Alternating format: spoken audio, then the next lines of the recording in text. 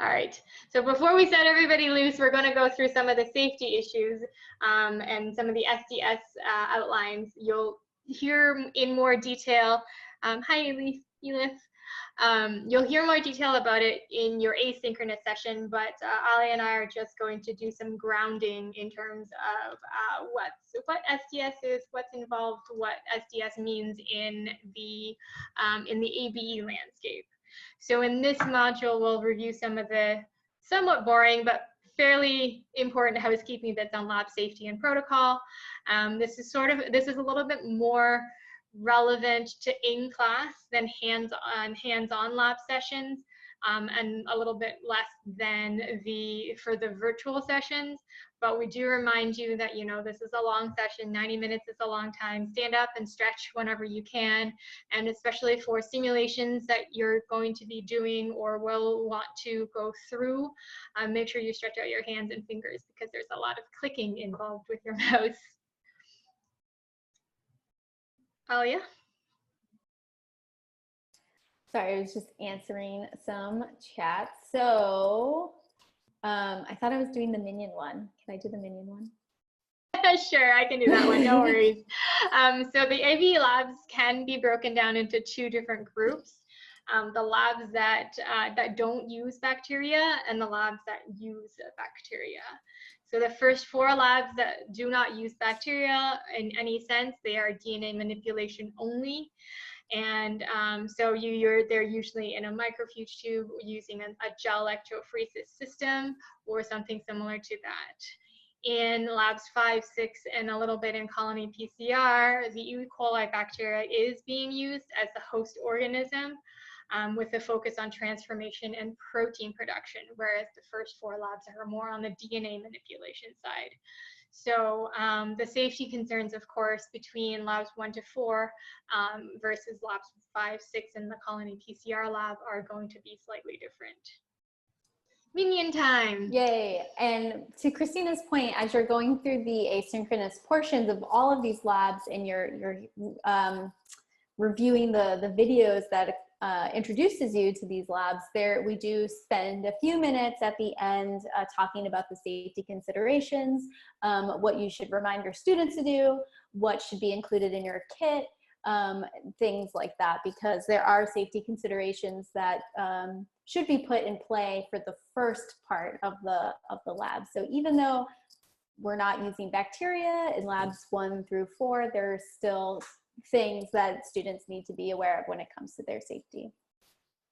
The reason why I wanted to present this was because Christina found it and I think it is awesome. And I can totally see teachers taking this image of a lab safe minion and introducing lab safety to their students this way. And so just quickly go over, we want to make sure that your students are wearing goggles and that you are wearing goggles. Some sites will provide goggles in their kits. For me, most of my teachers do have goggles, but if they don't, they request them.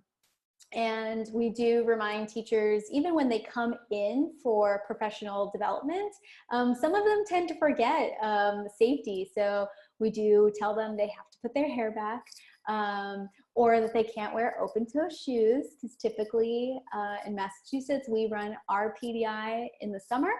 And so lots of teachers will come in with either shorts or sandals or both, and it's a little problematic.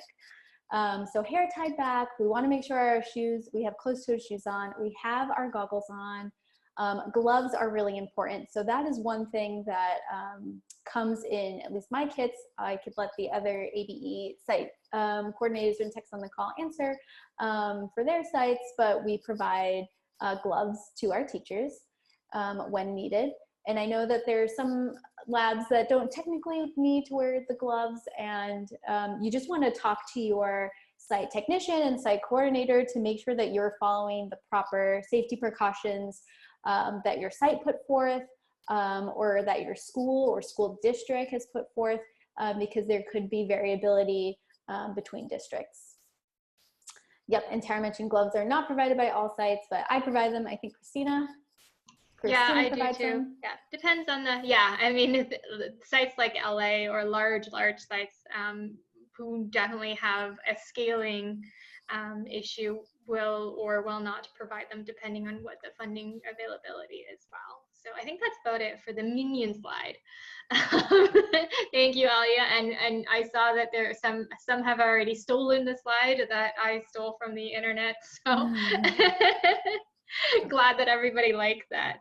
So in terms of what each student station should look like, they should have a clearly marked space, either as a diaper or using some sort of physical marking such as tape to allow for experimental space, as well as a clearly marked waste container. Whether it be biohazard or not is dependent on whether we're working or the students are working with bacteria or not.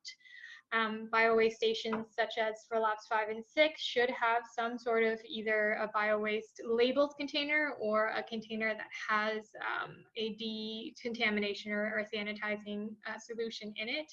And again, we emphasize this is for in-person, and for those sites that are operational right now, there may be further restrictions and further clarifications based on their district or their school's COVID-19 policy as well. That's what we're dealing with in Canada as well, and I'm sure there are other sites on this call that are also dealing with the same thing.